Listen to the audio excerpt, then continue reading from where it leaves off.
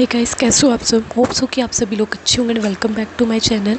सारा एंड आकांक्षा की love story में एक बार फिर से आप सभी का स्वागत है। स्टोरी के लास्ट पार्ट में जैसे कि आप लोगों ने सुना कि आकांक्षा जो होती है वो जानबूझ के सारा को जेलसी फील करवाने के लिए त्रिशा के साथ बात करने लगती हैं। और जब आकांक्षा त्रिशा के साथ बात कर रही होती हैं वो काफ़ी खिलखिलाते हुए हंस रही होती हैं और कभी उनके शोल्डर पे हाथ रख रही होती हैं और कभी उनसे बहुत ही मीठी मीठी बातें कर रही होती हैं। और ये देख के तो हमारी सारा का एकदम से पारा चढ़ जाता है और उन्हें काफ़ी ज़्यादा बुरा लगता है इस बात से कि वो त्रिशा के साथ क्यों बात कर रही हैं। खैर, सारा का उसके बाद बिल्कुल भी मन नहीं लगता है वहाँ पे घूमने में। तो वो ये बोल के अपने रूम में आ जाती हैं कि उनके सर में बहुत ज़्यादा दर्द है और आज वो बहुत ज़्यादा थक गई हैं। तो जैसे ही सारा अपने रूम में आती हैं वो काफ़ी कुछ चीज़ें सोचने लगती हैं और मन ही मन में सोच रही होती हैं कि ऐसी भी क्या दिक्कत आन पड़ी कि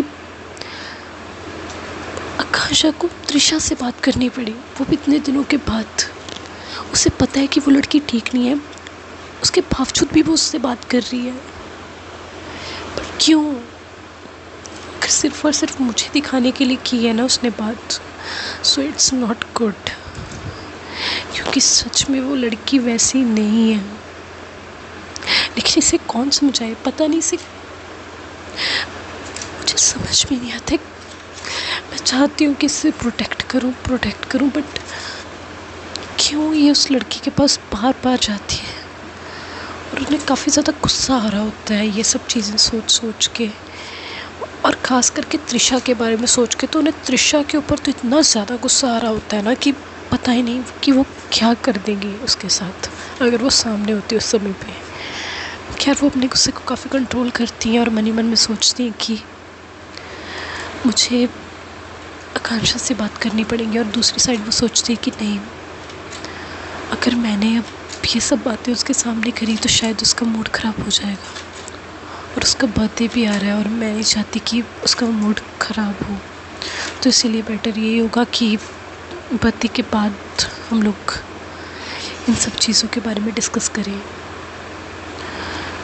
तो काफ़ी पेशेंस रखती हैं, काफ़ी ज़्यादा अपने आप को काम करती हैं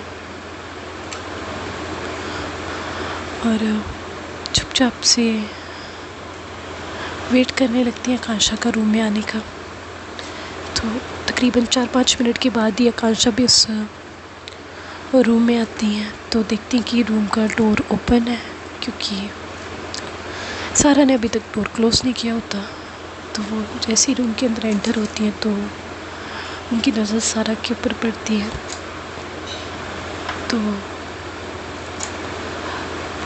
चुपचाप से पहले तो डोर को क्लोज़ करती हैं और सारा के फेस की तरफ देख रही होती है। उन्हें काफ़ी समझने की कोशिश कर रही होती हैं कि क्या उनका मूड है।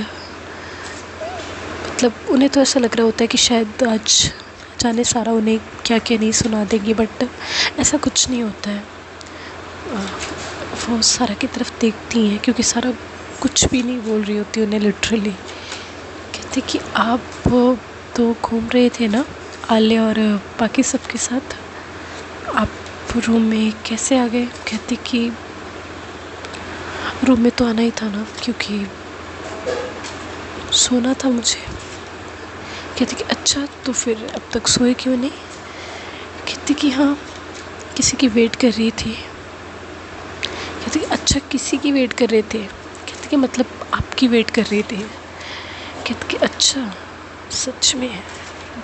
कहते कि हाँ, ऑफ कोर्स। कहते कि चलो, ये तो अच्छी बात है। और कुछ आपको कुछ कहना तो नहीं है मुझे? तो कहते कि हाँ, कि क्या? कहते कि सो जाए। सच में मेरे सर में आज बहुत दर्द हो रहा है, बहुत ज़्यादा थक गई हूँ। इनफैक्ट अगर आलिया बोलती ना तो मैं शायद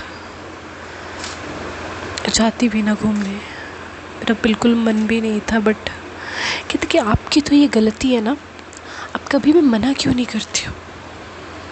मुझे समझ में नहीं आता है आप क्यों ऐसे हो। बाबा अगर हेल्थ ठीक नहीं है तो आप उनसे मना कर सकते थे। तो सारा कहती कैसे मना कर देती यार, मैंने प्रॉमिस किया हुआ था उससे। खामखा मेरी वजह से उसका मूड ख़राब होता। कहती कि अच्छा, और जो आपकी हेल्थ ख़राब हो रही है वो। कहती कि यार मुझे कुछ नहीं होगा, छोड़ो सब इन बातों को और सोए। कहते कि हाँ, तो कहती कि बस मैं भी सो ही रही हूँ। और कहती कि वेट मैं चेंज कर लेती हूँ पहले, देन मैं भी आके लेट जाती हूँ। तो सारा कहती कि ठीक है। कहती कि लेकिन आपने मेडिसिन ली या नहीं ली? तो सारा कहती कि मेडिसिन वो हाँ मैंने ले ली है। कहती कि अच्छा, विदाउट पानी के? कहती कि मतलब? कहती कि मतलब कि पागल किसको बना रहे हो, क्या आपको लगता है? कहती कि मतलब कहना क्या चाह रही हो यार, मुझे कुछ समझ में नहीं आ रहा है। कहती कि अच्छा, अगर आपने मेडिसिन ली है तो ऑब्वियसली उस मेडिसिन का कोई ना कोई रैपर भी होगा, और पानी के साथ ही लोगे ना मेडिसिन। तो कहती कि हाँ वो मैंने मेडिसिन मैंने तुम्हारे आने से पहले ले ली थी, और रही बात रैपर की तो वो उसे मैंने डस्टबिन में थ्रो कर दिया था, तो बस उस वजह से। कहती कि अच्छा। कहती कि हाँ बस यही बात है और कुछ नहीं। कहती कि ठीक है। तो वो जाती हैं आकांक्षा किचन के अंदर, तो देखती हैं कि वहाँ पे कोई भी गिलास नहीं होता है, और डस्टबिन की रही बात तो वो डस्टबिन में भी एक बार चेक करती हैं कि ऐसा कोई रैपर है या नहीं है, या ऐसे ही उन्होंने बोल दिया है। तो वो फिर से जाके सारा के पास खड़े हो जाती हैं, और इस बार वो खुद से मेडिसिन लेके जाती हैं और पानी का गिलास लेके जाती हैं और कहती हैं कि लिसन, इतना तो मैं भी आपको जानती हूँ, आप इतना चुप चुप नहीं रहते हो। क्या दिक्कत है? कुछ कहना है तो आप कह सकते हो। आई नो दैट कि आपको मेरा त्रिशा के साथ होना अच्छा नहीं लगा होगा। I am definitely know that, क्योंकि आप दोनों की अच्छी जमती नहीं है। तो सारा कहती कि प्लीज़ यार, मुझे उस चीज़ के बारे में कोई बात नहीं करनी है। खामखा तुम्हारा मूड ख़राब होगा और मेरा भी, तो इस चीज़ को हम रहने देते हैं। कहती कि अच्छा ठीक है, नहीं करनी है बात, कोई बात नहीं, बट आप प्लीज़ ये मेडिसिन ले लो।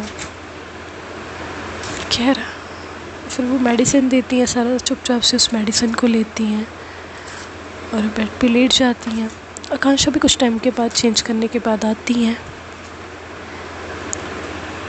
और जब तक वो बाहर आती हैं वॉशरूम से चेंज करने के बाद, तब तक सारा सो चुकी होती है, क्योंकि मेडिसिन का जो नशा होता है उस वजह से उनकी आँख जल्दी लग जाती है, तो वो सो जाती हैं। तो आकांक्षा बड़े ध्यान से सारा के फेस की तरफ देखती है और कहती है कि क्या चलता रहता है इनके दिल और दिमाग में, मुझे क्यों समझ में नहीं आता है, और मुझे खुद का क्यों नहीं पता चल रहा, क्या चल रहा है भगवान मेरे ज़िंदगी में, मुझे समझ में नहीं आ रहा है, क्या फीलिंग्स है ये। सारा ने बोला तो है उसे कुछ बात नहीं करनी है, ये भी तो हो सकता है कि उसे बुरा ना लगा हो, सिर्फ सर दर्द की वजह से वो ऐसा बिहेव कर रही हो। कहती कि नहीं, बट मुझे क्यों अच्छा नहीं लग रहा है। तो मतलब कुछ चीज़ें ऐसी होती हैं जिसके सवालों के जवाब वो ढूंढना चाह रही होती है, लेकिन उनको उन सवालों के जवाब नहीं मिल रहे होते। काफ़ी टाइम तक सोचती रहती है, बहुत कुछ, काफ़ी चीज़ों के बारे में सोचती हैं, और धीरे धीरे उनकी भी आइज़ क्लोज होने लगती हैं और वो सो जाती हैं। नेक्स्ट मॉर्निंग सारा की आँख सबसे पहले खुलती है और वो उठती है। फ्रेशन अप होने के बाद वो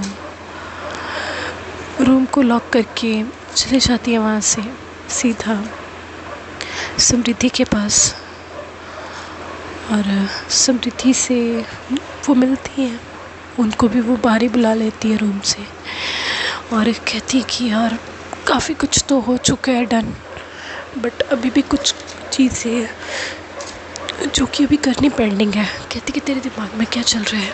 कहती कि लिसन, तुम्हें सब कुछ तो पता है। कहती कि किस बारे में। कहती यार आकांक्षा के बारे में। कहती कि एक बात बता, तुम लोगों का रात कोई झगड़ा तो नहीं हुआ। कहते कि नहीं यार, मैंने कोई बात नहीं की उससे। झगड़ा हुआ तो नहीं, शायद हो जाता, लेकिन मैंने जाने दिया उस बात को। तो स्मृति कहती कि I am proud of you. कहती कि अब, कहती कि यार बस कुछ ज़रूरी सामान है, कुछ ज़रूरी अरेंजमेंट्स हैं जो हमने सोची थी वो हम कर देते हैं। प्लस आज मुझे एक रिंग लेनी है आकांक्षा के लिए। कहती कि रिंग लेनी है, मतलब कि तू उसे प्रपोज करने वाली है। कहती कि हाँ, उसके बर्थडे वाले दिन मैं उसे प्रपोज करने वाली हूँ। अपने दिल की बात उसके सामने रखने वाली हूँ, क्योंकि मुझे भी लगता है कि वो भी मुझसे प्यार करती है।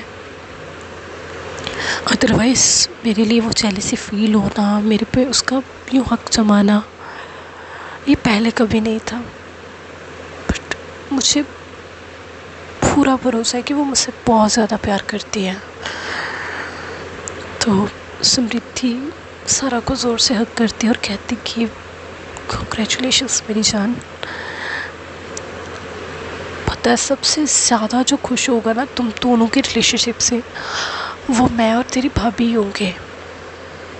एंड ये तेरा जो डिसीज़न है ना, ये बहुत अच्छा है। और आकांक्षा ना, शी इज़ सो लकी कि जिसे तेरे जैसा पार्टनर मिल रहा है, सच में। तो सारा स्माइल करती है और कहती कि बस कर, चले हम लोग। कहती कि हाँ चलते हैं। तो ये लोग वहाँ से निकल जाते हैं। कुछ अरेंजमेंट्स पेंडिंग होती हैं उन्हें करने के लिए, काफ़ी टाइम लग जाता है। ऑलमोस्ट इनको 12 से 1 बज जाते हैं दोपहर के, और ये लोग गायब होते हैं। और दूसरी तरफ जब आकांक्षा की आइज़ ओपन होती हैं तो वो देखती हैं कि इधर उधर कहीं पे भी मतलब सारा नहीं होती हैं।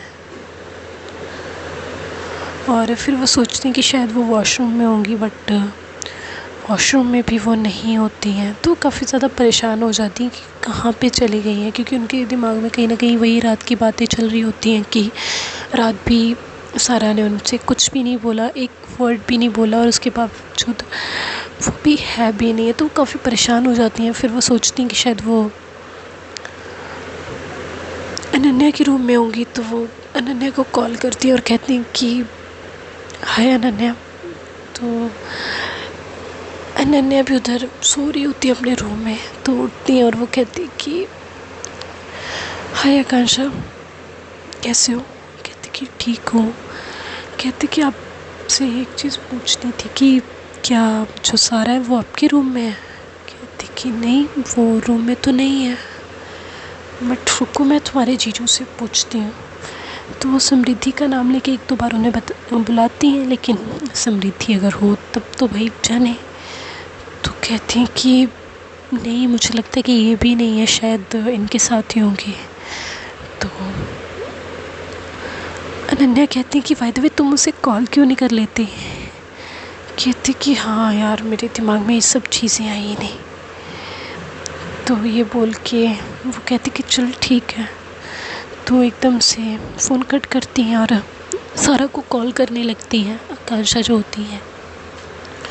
तो जब आकांक्षा का फ़ोन आता है तो सारा फ़ोन को पिक करती हैं और कहती कि हाय आकांक्षा। कहती कि तुम कहाँ पे हो। कहती कि यार मैं यहाँ पे थोड़ा जॉगिंग के लिए निकली थी। कहती कि अच्छा, मतलब कि इतना टाइम हो गया क्या, और आपने मुझे उठाया क्यों नहीं। मैं इतनी देर तक कैसे सो सकती हूँ? कहती कि फिर क्या हो गया यार, कितना टाइम हो गया था रात में, अगर सो भी लिए तो क्या दिक्कत है? कहती कि आपकी तबीयत कैसे है अब?